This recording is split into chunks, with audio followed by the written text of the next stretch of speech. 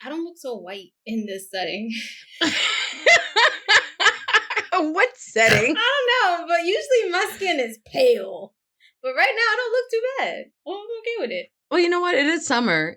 So you probably got a little tan. It looks good. I feel good. This is how Lena's supposed to look when she with the darkling. And honestly, look good, feel good. But this bitch. Thanks. Welcome back once again, dear listeners and friends and baddish bookies.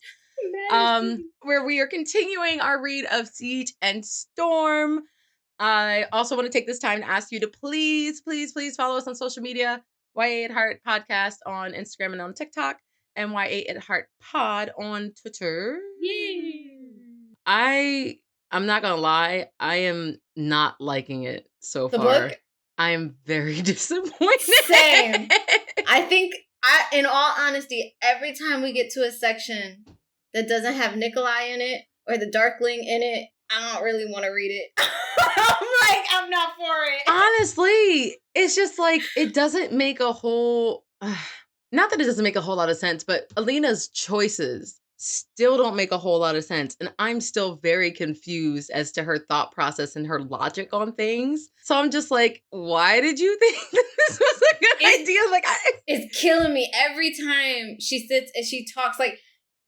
I'm sure we're going to get into it, but there's points in the few chapters that we read that I was like, okay, bitch, this is your second go. Can you be a little more confident?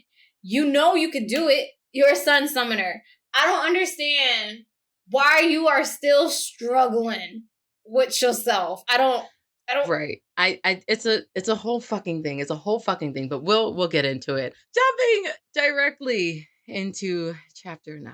Mal and Malina, they are not prisoners as they thought that they would be. Nope. Nikolai, we didn't know if we could quite trust him, but as the story goes on, I'm kind of like, I trust him more than I trust Mal. No. So thank you. The more I read, the more I was like, can I get a little more Nikolai? Can I get a little more of the sass? Can I get a little more of the swagger? Same. I was like, that's what I'm looking for. Same. Because this is the substitute for the Darkling that I'm currently missing in the book. This is it. Yes, because there is a gaping hole in my chest, and it needs something. Mal and Mal and Alina are not it. Mal is not. Neither is Alina at this point. Nikolai's like, just listen to my solution for saving Ravka. His solution. He basically tells her, listen, so if we get married, we can save Ravka. You can be my queen. And Mal's like, the fuck if you are.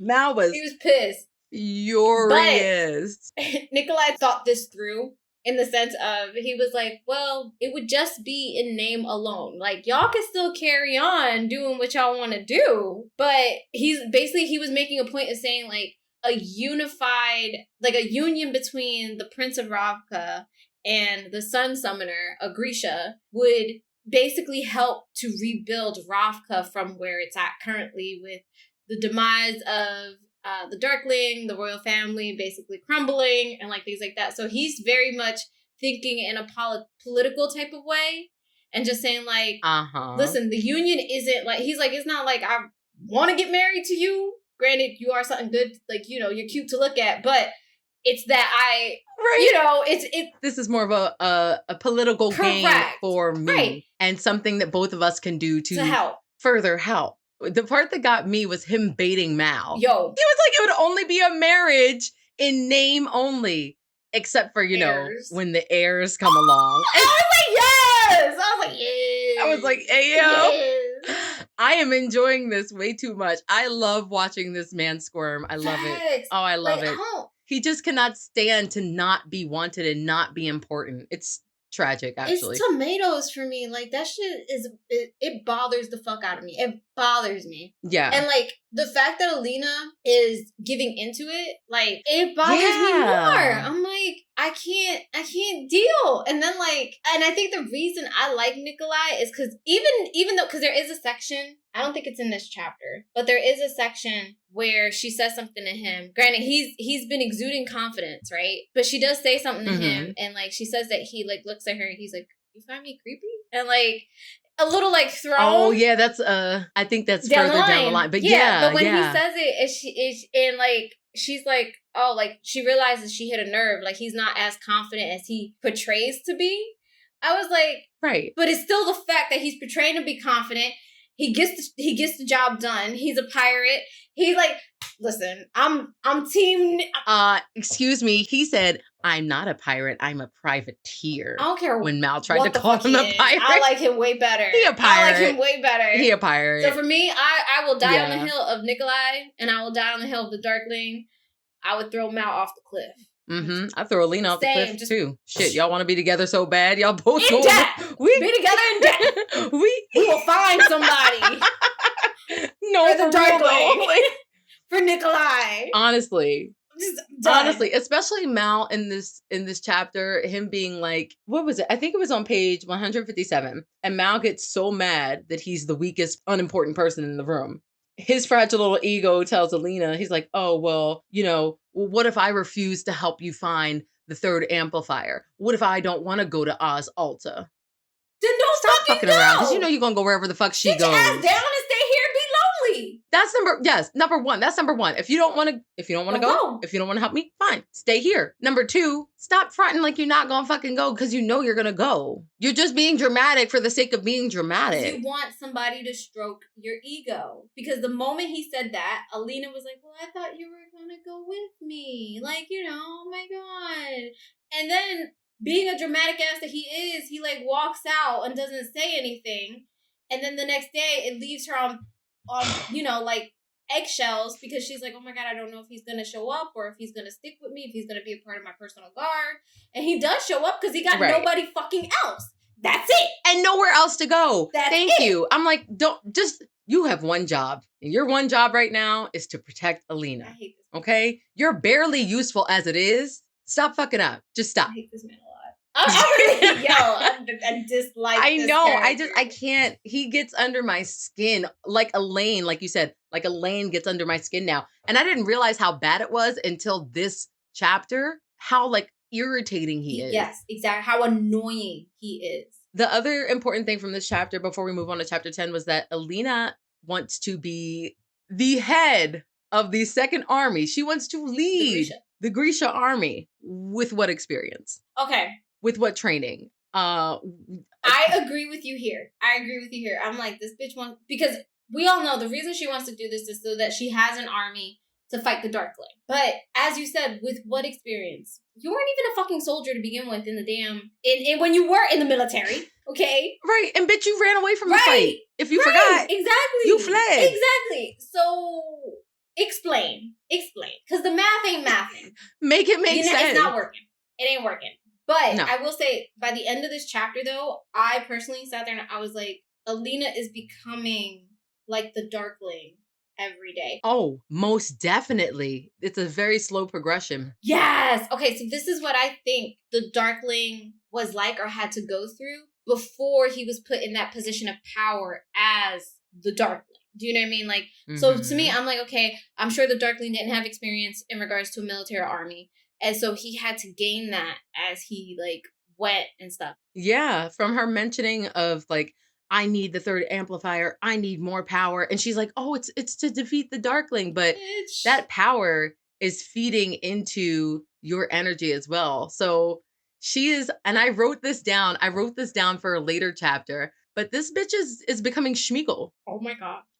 Like, those amplifiers are feeding on her. We move on to chapter 10. This one, they, like, make their way to Oz Alta. Alina feels guilt. But then I really want to jump to the part where the old man... Oh, please do. Because the first half of that chapter was just, like... Same. Okay, I thought it was the same thing. I don't need to hear about this. Like, yeah, it was just like, oh, we did trips across the fold. I don't care. Get to the good stuff. Okay, so the good thing was she does get to the part where I guess a town over, and so they did something similar to like I guess 9/11, where we're at Ground Zero. They have all the names of everybody who passed away. So basically, that's something similar that they did here, where they have all the names and the ages of people who passed. And she's like, she feels guilt. Was 8 months I know. old. She feels guilt and things like that. But what I wanted to get to that like really I was like, ew, was this guy is selling stuff And he's basically saying Sancta Alina. He's like yelling it out and stuff. And he's selling bits and pieces of a person, toes and ribs and fingers and shit. And I was like, right. I was like, wait, what? Yes. And they were like, oh, these are her sacred bones from when she perished on the fold, and they'll bring you good fortune and good luck. And I was like, ew. That's disgusting. Ew. That is honestly disgusting. Like, this bitch is a rabbit foot. I Like, thought the exact same thing. The exact same thing. I was like, you gonna carry her around in your keychain? Like, what are you doing? I honestly, I don't know, but it was just nasty. Nikolai also tells Alina to be on her best behavior, be discreet, play the part, and not to be running off with the peasant, aka Mal. I will never get over the amount of times that this man has dissed Mal. I love it. In just the first couple of chapters at that. And we haven't even gotten to like the middle of the book or whatever. This man from the gate has been dissing Mal, and I'm like, I'm here for it. I'm so fucking here for it. I'm so here for it because he's not shit. Nikki, I'm gonna call him Nikki. Nikki also tells Alina that she needs to start thinking. If she wants to become a leader, she needs to start thinking and acting like a leader. And honestly, at this point, somebody had to say it because I know this girl's like young, but she has big ambitions. Yeah. And if you're bold enough to ask somebody to give you the reins to the Grisha army, you better be able to follow up. And then, so that was another thing, because like then Nikki's like, well, you know, if you're planning to do this, you're gonna have to get colors. You're gonna have to like whatever. And so he suggests black and gold. And immediately Mal's like, no black. She's not gonna be wearing black. And I was like, first off, sit your ass down. I was like, sit. Right now, you tell me where to go. You tell me what to do. Now you tell me what to wear. I was like, this sounds very toxic. I'm not for it. Yeah, it does. Then he was like, when he says that, immediately, Alina's like, no black, blah, blah, blah, whatever. And he's like, look, like, Nikolai is thinking like a politician. Like, Nikki's sitting there and he's like, but if you take the enemy's colors and transform them, then that gives you the upper hand. I'm like, yes, man, yes! Yes. Also, if you wear your regular blue kefta, like all the other Etherealty, how are they going to look up to you and respect you? You look like one of them. Like, yes, you have gold stitching, but it doesn't matter. It's still blue. You need to stand out. If you're going to lead, you need to be a leader. I hate it so much because the Darkling had made a point of telling her, like, you can't blend in. You need to stick out. You are the Sun Summoner. Exactly. You're supposed to stick out. And I'm like sitting there and I'm like, girl, this is not it. Like, where's your self-esteem, damn it? Where the fuck is it? It's just everything backtracked. When she got with Mal. It was crazy. When she got with Mal. That's when everything backtracked. Yes. You know what? I'm just going to blame Mal in this whole situation. We can. I hate him. Mal for malicious intent. I hate this man. But then at the same time, Nikolai goes into a whole story of how he became Stromhold, like how he got his name. Yeah. And when he told the story of how he got it, because he's trying to teach her a lesson. He's trying to tell her, like, you need to know when to be weak, but you also need to know when to be strong. And you need to know not to put up with bullshit. I was like, I like this, Nikki. I like this. Right, because he said, he makes a point of it. He was like, I did that to that man, cut off his fingers, fed him to my dog. Without blink of Then went to dinner with my crew. Right, then went to dinner with my crew. And as soon as I got back in my room, I threw up everything. And cried. But the point is, I wasn't a bitch when somebody tried me. Facts. Exactly. And that's you what deal with them emotions later. Right now, you got to handle business. Right. And like, that's what he's trying to teach Alina. And I was just like, this is what the fucking Darkling was trying to teach you, but you was too stuck up. Thank you. And sitting there and was just like, Mal this and Mal that. But Nikki was giving me Game of Thrones vibes and I was so for it. He was. He's preparing her to go into the den of wolves other than being like, we shouldn't be here. I don't want to do this. Or running away. Or running away. That was another problem. Yes. Because, like, I think later on in the chapters, it's mentioned, like, they really get to see how jacked up Ravka has become since they left. Yeah. And she's like, damn, like, me and Mal got on a boat and was headed in the opposite direction after... We're just like, bye. After we caused this entire uproar, this entire thing, and we just up and left. And I'm like sitting there, I'm like, yeah, like, you guys had caused this whole situation, because the Darkling had this shit under control. Y'all caused this whole situation, and now y'all come back, and you're surprised? You're surprised. It's like, oh, I didn't know my country fell into ruin and people were starving in the streets and there was a cult. And so maybe you go back to the palace and try to tell the king what happened. But whatever, what's done is done. What are you gonna do? At the end of the chapter, Mal is like, oh, I was thinking about, your personal guard. And this is the first time that he's actually said more than 3 words to her in like a week with his bitch ass. I hate this man. Can I tell you I hate and this Alina man? just like, she like sits up straight and she's like, he's talking to me God, again. he wants to be a part of my personal guard. I'm like, you fucking can't. Bitch, how pathetic can you be? Like, I hate this. God damn. So then we move on to chapter 11, and Nikolai is putting on a show for everybody. Everybody and their mom. Oh my God. So this man... This is the chapter, right? Yes. This man knows what he's doing. He's trying to gain the favor of the country, of the townspeople and all this other stuff. And the way to do that is to show that you are an interested prince. So every place that they go, he gets out of the carriage, he gets out with Alina, they walk around, they shake hands with people, that type of stuff, right? Very much... Kiss babies. Right. Very much politician stuff. And what he is doing is every time they do this, he kisses her hand, he holds her hand, he brings her a little closer. He is making everybody think that there is something more there than what there is. And one of the things that happens is when they're getting back into the carriage, he grabs Alina and he whispers to her, and he's like, please do not hate me after this, or please do not hit me after this. Yeah, he's like, please do not punch me in the face. And he kisses her, and everybody's cheering, and they're like wooing and things and stuff, and then like they get into the carriage, and she immediately starts like, I can't believe you did that, like this whole bullshit, and she kicks him.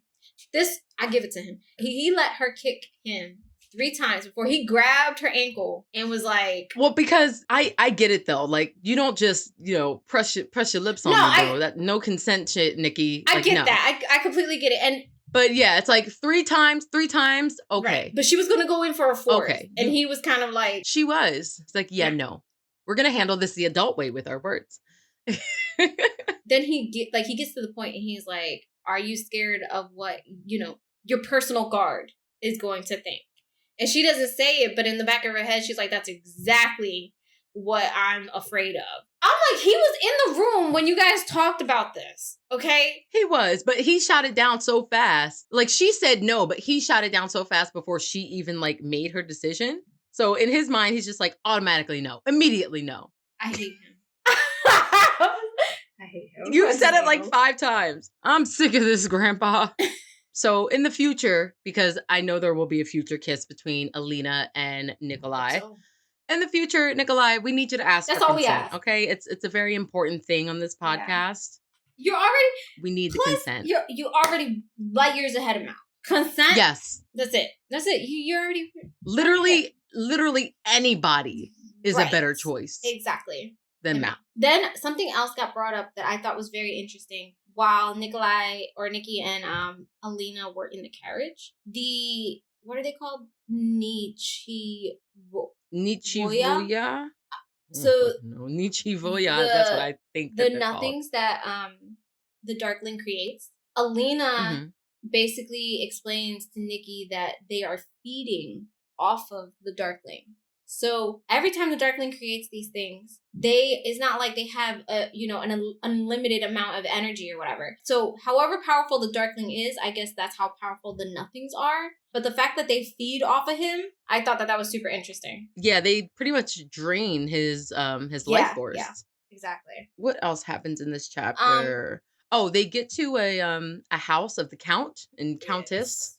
So yeah, they stop there to stay overnight and to have dinner. They do have a tender moment at this party or at the dinner party where Nikolai's like, please don't leave. Like, or not please don't leave, but he's like, oh, don't leave. This is a great opportunity to like practice for court. And she's like, no, you can handle it. You're good. And when she turns around, she sees in his eyes that he really doesn't want to go back there alone. Like he doesn't want to deal with this shit by himself. Boy. Yeah. So not only, Alina, are you a terrible person, but you're also a terrible friend. Facts. And then We have a garden scene that made me wish for the From Blood and Ash garden scene between Castiel and Poppy. I was not for this garden scene here. This was not it. Oh, I'm glad you had a good memory, because I read that they started to kiss and then I skipped over that paragraph and continued reading. That's how over it I was. I read it and then I immediately pictured the garden scene with Castiel and Poppy, and I was like, oh, under the weeping willow. Yes, I know. I pictured that one and I was like, 10 times better. 10 times better. Let me tell you how I'm about to start rereading A Kingdom of Flesh and Fire, because this ain't doing it for me. No, it really isn't. It really is not. So that's basically. I will say. Oh no, go ahead. Sorry. Oh no. There's one other thing that's super important. Fedor is back. Yes. Yeah. Yes. He is. He has survived. He survived whatever coup was staged. He said that the military unit, the First Army that they were with, actually turned on them and tried to kill the Grisha. Yeah, so it turns out that was happening all over. So apparently, now that he has heard rumors that Alina is potentially creating an army or whatever, and is planning to go back to the capital, the Alta or whatever and stuff, like, he wants to be a part of that. And Nikki looks at her, he's like, I'm gonna ask you, can he be trusted? And she can't fucking answer the damn question, and I'm like, ugh. She's like, ooh, $1 million question. Get back to me in 3 months. I'm like, how are you supposed to lead an army if you can't answer this simple question? I mean, there's a whole bunch of other qualifications that make her not qualified to lead the army, honestly. True. But my thing was like, Fedor, I think we can trust Fedor. Yeah. He seemed like a good guy from the first book, and I think he's on Alina's side. But can the other people be trusted? The other people that he's traveling with? That was my thing. That's the question, right? Like, that is the question. Oh, and so here's something. He calls her Moi Sovereignty or whatever. Yeah, isn't that like... That's the Darkling's title. Your Majesty or something? Yeah, it's the Darkling's title. Okay, I thought so. Yeah. I was like, I'm pretty sure that's what they call the Darkling. That's exactly what they call the Darkling. See, Fedor is just, he exudes so much class and so much experience. And why can't he lead the fucking army, or bro? Be her personal guard? Can we please get rid of the personal guard? Can't she just be the second in command? Like, let somebody who knows what they're doing take over. She's stupid. Oh God. He calls her that, which is basically what the Darkling has been called. But then also they keep going. Like so this was something that I thought was really interesting.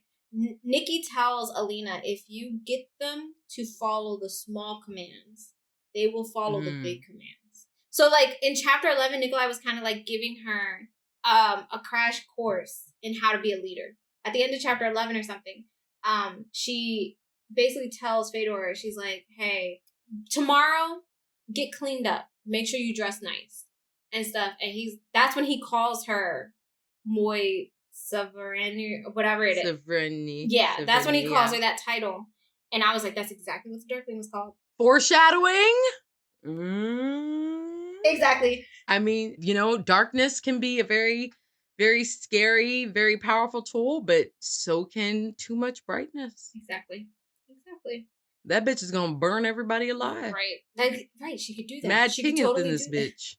I definitely watched House of Dragons, and I'm thoroughly invested in the first episode. Okay. Side note: I watched it too. I could not get past the creepy uncle niece relationship, and I was just like, "Yeah, no." I haven't thought of this. I haven't got I know what's gonna happen. I haven't gotten to that point. I've been like, me and I don't like the. No, I don't want to. The thing is, we're gonna talk about it at the end of this episode. Let me get back to. Yeah, we'll talk about it later. So chapter 12, we finally get to Oz Alta, and we meet again Vasily, who is Nikolai's brother. So he's the heir. He's the firstborn. He's the heir. Nikolai is like, oh, I thought you were gonna be in your, I think like another house or somewhere else on vacation, something. Yeah, it's like you're dick deep in a wine bottle or some shit like exactly. that, and here you are. Right. And like his brother immediately is basically putting claim to the throne by the way he's talking to him, and Nikolai's just looking at him and he's like, yeah, all right. Yeah, so now the problem arises because Nikolai was telling Alina and Mal, oh, don't worry about it. He doesn't even want to rule. He knows that it's too much work. I'm just going to walk in there. I'm going to take the keys to the Jeep and we're going to be out. Facts. No, ma'am. Facts.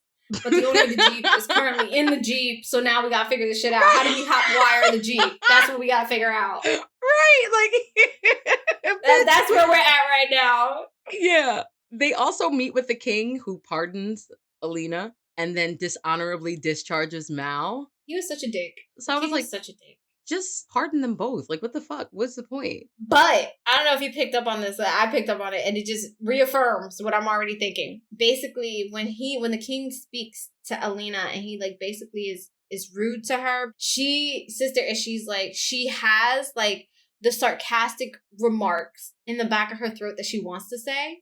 But then at the same time, she's angry that he's talking to her that way. And then she's like, is this what the Darkling felt like? Having to bow down to a fool. This was the first time, I think, that she called the king a fool. And I was like, ooh, girl, you on that line of becoming a Darkling. You right there. Uh-huh. You're like, you're it's a very fine line. And bitch, your toe is peeking over the tip. You right there. Over the tip. You're right there on the cusp. On the cusp. Darkling in the background. No, dead ass. Go ahead. Just step over it. I'm right here. I'm waiting for you. Right. Just like a wind can come through and be like, and that bitch just whoop, over the fence. There she is. Full on evil. And the Darkling would welcome her with open arms. I'm just saying. He would, as he always has. Exactly. Now I will say, I don't think, is it in this chapter? Oh, no, it's in the next chapter. I will say that my faith in him has wavered in chapter 14, but we'll get to that. Okay. So, yeah, chapter 13, they're stepping on the grounds to the little palace, and the TNT twins are like, it doesn't feel right. Like, it feels like something is dying on this land. When twins who are telepathically connected, the twins are known to have their own connection. When twins are telling you, hey, this don't feel right, I'm not staying. No. Right. I'm out. It's like the beginning of a bad horror movie. The Shining. Yes. Yeah. Nah, I'm done. I'm out. And my first thought was like, do you think it's because of the Darkling's magic? Like the land that the Darkling inhibited was connected to his magic, and now that his magic is dying and he might be dying, the land is also dying? It's actually a really good connection because I didn't think of that. But that actually would make a lot of sense. That does. Yeah, I don't know how it's connected to his power, but I just feel like he's been there for like thousands and thousands of years, so he could have done something for like the land to, I don't know, be connected to him, to serve him in some way, and like you said, him dying, the land is also dying. Or like even I wouldn't be surprised if I caught a whomping willow out that bitch. I love the whomp. Hopefully Mal be in the fucking direction of just push him. Straight I just want to be trampled. Fucking something. We'll get to it. He has to die in this book. If he does not die in this book or in the series at all, I'm going to be very upset. I don't want it. This series will get a very low rating from me if Mal survives. I'm so serious. I was thinking the same thing. Another thing that happens in this chapter is, so when they get into the little palace, there are other Grisha who are still there. David, the guy that put the collar on her neck. Yeah. Now, I will admit, I was surprised to see David there. I knew that David might not go along with the Darkling because he really didn't want to make the collar. But I thought that David might at least, try to make it out on his own. Something, right? Yeah. Zoya's also back. My bitch. And the first thing. I'm sorry. That's your bitch now? That's your bitch now? I hated that bitch. I hated that bitch, but now she's my bitch. I thought we hated that bitch. We still hate her? Now all of a sudden we love this bitch. Do we hate? I mean, I don't dislike her as much as I used to dislike her. Like, I'm not hoping for this bitch to like drive a car with no seatbelt on, standing on the gas and hit a telephone pole type hate. But I'm hoping that this bitch is gonna take a carriage and take Mal with her. That would be interesting. That's what I want. So Alina can see yet again. He ain't shit. That's all I'm saying. She was worried about that too. She was worried about that when Mal was behind her and Zoya showed up. She was like, oh, shit. I didn't want to turn around and see Mal's face because I didn't know how he was going to react. If you're that worried about him, cut him loose, please. So, okay, after they have a whole meltdown, some of the Grisha don't want to accept her as the commander of the Second Army, right? In that whole like argument that ensues, everybody's arguing. She immediately starts thinking, well, if I cut Sergei down, I'm cutting the head of the snake. Who's gonna argue with me? And I was like, oh my God. I was like, Alina. I was like, now that's the type of thinking I like. I was like, Alina. And she does. She gears up. She goes to cut this man in half. But then last minute, she sits and she's like, oh shit, no. I can't just kill somebody because he disagreed with me. That's crazy. So then she redirects it and it hits the ceiling. And then she just is like, you know what? I'm commanding this army whether you like it or not. And then she goes, right? And then she ends up in the Darkling's chambers. She's like, it smells like him. Like, she's like, she gets a big whiff. Oh my God. Yes. She gets a big whiff of fucking Darkling Old Spice Winter Crisp. Facts. And she's just like inhaling it deep. And I'm like, if that is not a tell, girl, why are you smelling this like in there? Just like all up in the armpit. Breathing it, right? And then of course her shoulder starts to do that weird like tick thing. Because she's thinking about him. And I think that's what it is. Anytime that she like thinks about him, because that's the same thing that happened on the hummingbird. She was like, I wonder if the Darkling also hears these cries as screams. And he appeared. And now she's in his room talking about like, oh, damn. I forgot how fucking good he smelled. And then he's like, here I am again. Back by popular demand. Please come back. So he comes back and like he appears to her so she ends up on one side of the bed and he appears to her on the other side. And she looks, she like covers her mouth so she doesn't scream. And she's just like, he's not real, he's not real, he's not real. And he's like, my Alina. Like, my beautiful Alina. And I'm like, I know. Heart-shattering moment. Right.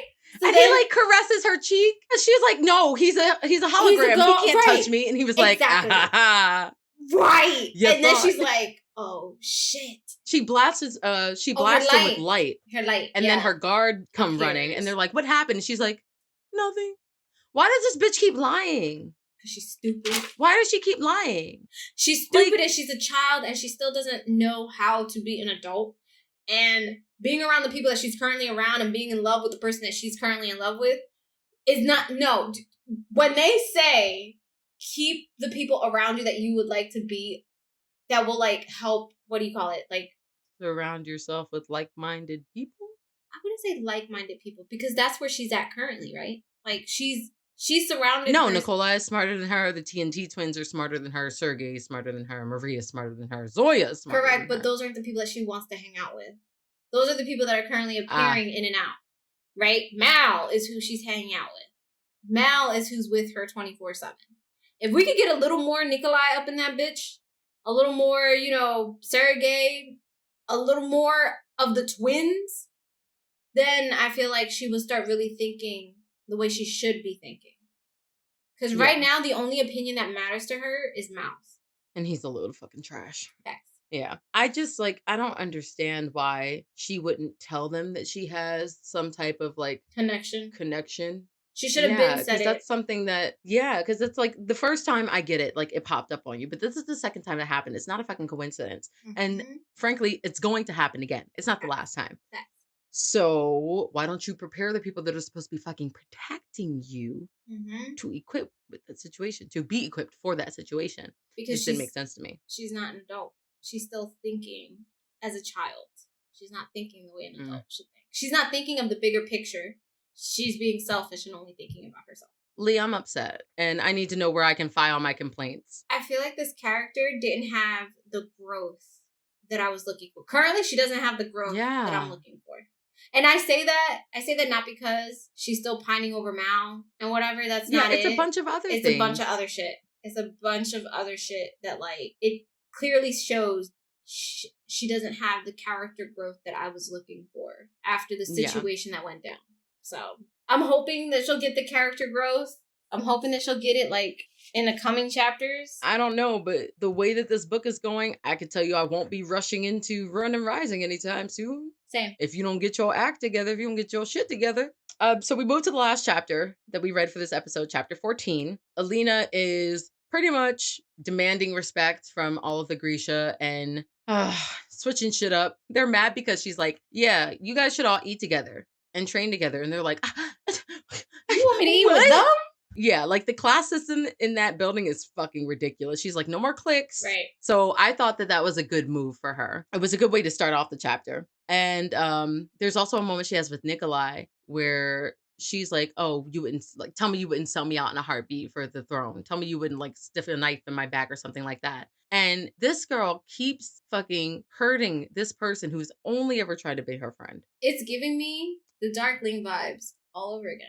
Yeah. If it's not Mal, she don't know how to act. Yeah, it's a shame. Because he's like, when he leaves that room, he's like, I would hope that with the more power I get, I would know right from wrong. Clearly, baby, you're struggling with that. You should probably listen to him. Yeah, maybe take a class. I know they have a whole master class on that shit. This is what I'm saying. Like, in the past couple chapters that we've read, knowing that this is, the last chapter for this episode, Nikolai has given her so much. Like, so much to think about, so many points that she needs to fix if she plans to lead the Second Army. He's trying to guide her the way the Darkling had tried to guide her in the first book. And he's going about it very friendly and is very, like, I don't want to say nonchalant, but it's chill. And obviously he's trying to be somebody who is trustworthy to her. And she just keeps shutting him down. Because it's not Mal. I got to shut every guy down. Because Mal is so insecure that I'm going to run off with somebody else. That's maybe what it y'all is. don't need to be together.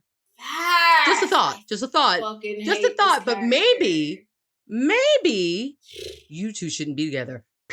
Maybe Mal should run off with Elaine. They'd be perfect together. They would be perfect together. They both have no expectation. And she's looking for a human. She's not looking for a fairy. Like, exactly. So if we could just put the two of them together and settle it. Right. Done. Lee and Sarah J. Maas need to have a mashup. Exactly. Come up with a novella, have those two go together, bye-bye. Exactly. Somebody will read it. It won't be me, but somebody will. Exactly. In this chapter, we also find out, which is the most important piece of information, Baghra is alive. Thank the Lord. Now, we've been talking about Baghra for a hot minute. Thanks.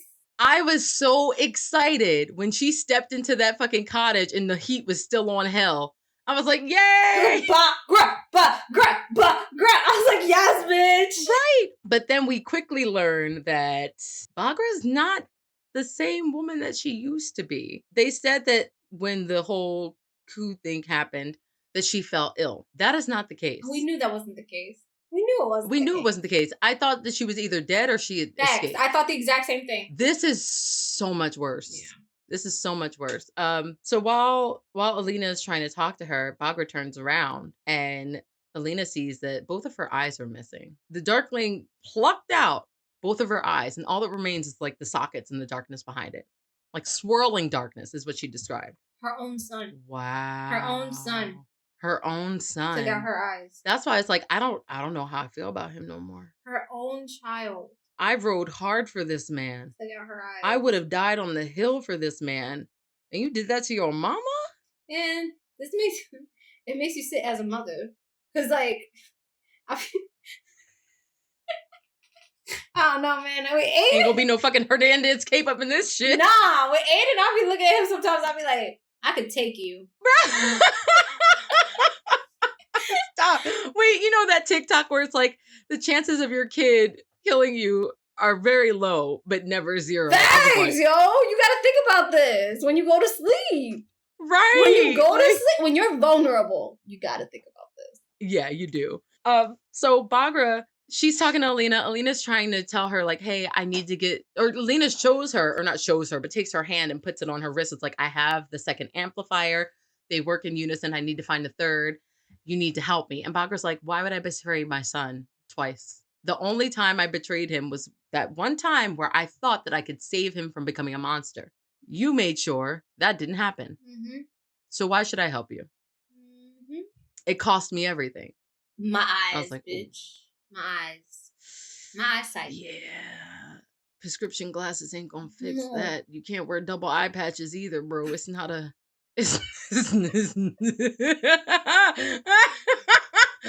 She is fucked up. She's just done. Never leaving that cottage. Yeah, she's never leaving that fucking cottage. And there's a part too where Alina is like, well, how about I just kick you out of this house. Then what? I have the power to do it. And she's like, afterwards, she's like, oh my God, that was so horrible of me. I shouldn't have said that. And Balgor's like, see, them amplifiers fucking your head up. There's always a price to pay. Her sanity. Her sanity's gonna go. This bitch gonna be Her crazy. sanity, her fucking patience. All she's gonna crave is power. The Darkling. And that sounds a lot like the person that she's trying not to be like. Exactly. And that man don't even, you know what? Got a fucking amplifier. He's an amplifier. He is the entire thing. Exactly. So in my mind, I'm just like, I would not be surprised if the Darkling and Alina both die by the end of the series. I would actually be okay with that. I would be okay with that ending. Yeah. Usually I'm like, no, you can't kill a main character, but that right there, so I would be okay with she's that. Gotta go. Yeah. She's gotta go. I got my eyes on the target. So yeah, that's my only like prediction theory. I think they're both gonna die at the end. Okay. If they both die and Mal's the only one to survive, I will be so pissed. He has to die too. All three of them, they gotta die. I want him to survive and be lonely. That's what I want. I don't even want that. I want him to survive and be lonely. I don't even want that. Here's how I want it set up. I want them on the battlefield fighting, right? I want Mal to get taken down by the Darkling. Gone. He dies first. All the way on the other side. So it's not no lover's embrace as they both die together. No, fuck that. He dies. And I want it with the clap. Darkling and Alina go at it. Yeah, like the cut. Yeah, the cut. Just bam. Darkling kills him. Boom. He's out for the count. Then the Darkling and Alina go at it. Alina like gives the killing blow to the Darkling. Yes. But the Darkling also snips her ass. And then they both die. But her and the Darkling die side by side. Correct. But Mal's all the way on the other side of the field. Alone. Vulnerable and alone. Close to the Volcra. Maybe the Volcra will eat him just a little bit. Like snip. I mean, it's shit. Maybe. Snip him right into like his body is just kind of hanging there. His arm is inside the fold, but the rest of his body isn't. And they just swoop him up. I wouldn't mind that either. I would like that. Yeah, that's what we want. Yes. That's what we want. Lee, you need to make it happen. Right, exactly. Yes. So yeah, those are all the chapters that we read for this episode. The next chapters that we are going to read for Siege and Storm are going to be chapters 15 through 19. Girl, we actually are almost done. A little bit more than halfway through it. This wasn't a big book, to be honest. It wasn't. No. Now I'm like, well, shit, what are we going to read next? We don't have a plan. And don't y'all dare say no fucking Crescent City Assassin's Blade through glass. I'm not ready yet. In there. They're trying to get us in there, yo. I'm not ready yet. That's my spiel. Oh my gosh. I'm ready. I'm ready to jump back from Blood and Ash. I'm ready to do that one. I actually would not mind going back into I miss Blood Cass. I miss Castiel. I miss Karen. Yeah. I miss Poppy. Yeah. I miss them. I wouldn't mind doing that. You know what? You should do that. I wouldn't mind doing that. Stay tuned. That might just be very well where we're going with this. Because I miss them. I miss them. We all miss them. Especially Castiel's. Okay, wrap it up. Wrap it up. I love it. And I don't mean Castiel's all right. ding-along. Wrap it up. Anyway, so please follow us. Or did you already say that? I already said. Thank you guys for joining us for this episode. Thank you for listening. Stay tuned for our next episode. We love y'all. And I always say why I heart. Bye. Bye.